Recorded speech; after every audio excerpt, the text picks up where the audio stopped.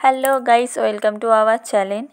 এটা ছিল সপ্তমী দিন সন্ধ্যাবেলাকার ভিডিও। সেদিনকে সকালের ভিডিও তোমাদের সাথে আমার শেয়ার করা হয়ে গেছে। কলাভোগ স্নান করানো থেকে পুরো পুজো সব যেসব আঁক ফাঁক আনা সব কিছু, গীতা পাঠের অনুষ্ঠান ছিল সন্ধ্যাবেলা, সেটাই তোমাদের সাথে শেয়ার করছি। তো চলো শোনা যাক একটু গীতা পাঠ।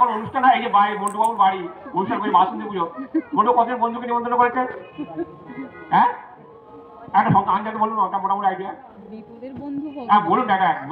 একটা সংখ্যা বলুন না, কত বন্ধুকে নিমন্ত্রণ করেছে তো সবাই।